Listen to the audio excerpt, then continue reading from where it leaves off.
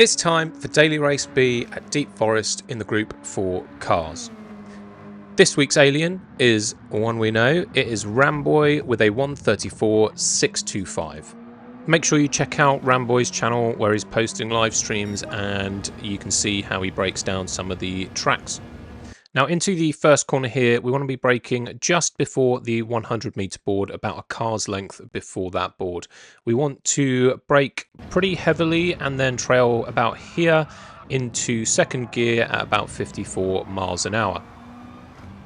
Now we're coming up to this next section, which is pretty tricky, probably one of the harder sections on the track. We want to just lift a little bit and get our brakes on, just a tiny dab on the brakes. That's fourth gear at about 97 miles an hour, and we do want to cut across that grass. Then we want to be braking again for the next corner before the tunnel, just as we're going past this fence post on the left-hand side. So we want to cut across the curbs there, and we want to get another little dab of brakes on just to slow the car down enough as we're going past these barriers here on the left hand side, or over that last sausage on the curb there. You do have to be careful you don't cut that curb too much, because you will get a pretty hefty penalty if you go all tyres over the white lines. We're getting down into second gear here, about 65 miles an hour, and then we're through the tunnel and braking just as we exit the tunnel. Again, about a car's length at the end of the curb there, a couple of cars outside of the tunnel. We want to be quite light on the brakes here, only about 50%. We want to be second gear, get the car to 59 miles an hour, and as we're getting around that corner, get the power back on so we can exit and just cut over the white line as we exit that second tunnel. We then want to brake as we go over the curb. We want to make sure we do cut that curb, and we want to brake as we just come into line with that bollard on the right hand side, and as we just get off the curb before the end of it. We want to get into third gear and 91 miles an hour. You do want to get your left hand tyres over that left curb as well. And then this is a pretty heavy braking zone where we want to be braking just as we go over that change of the concrete and we get onto the bridge just before the first post of the bridge there.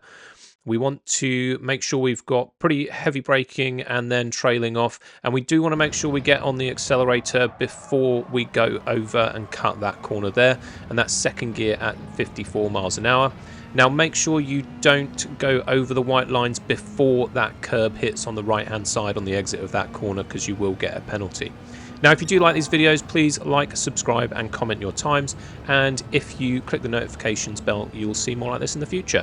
Now, this is the final corner. It's a hefty hairpin. We want to be getting the brakes on just as we go underneath that Gran Turismo banner. We're a little bit after it. We're basically perfectly between that banner, like the gantry you can see on the right of that banner, and the curb, about a car's length again before that curb, and we want to be getting down to first gear at 35 miles an hour. There's a little bit of feathering on the brakes just to bring the car down to that slower speed, and you want to get on the accelerator about halfway around the apex there and get out into the final straight, and then we're just gearing up to the final straight here. You want to keep it quite close to the left hand side. It's quite straightforward though, and that's the lap. That's a 134.625. Now here is the cheat sheet, so take a little screenshot of that and you should be able to use that as a reference guide for your races.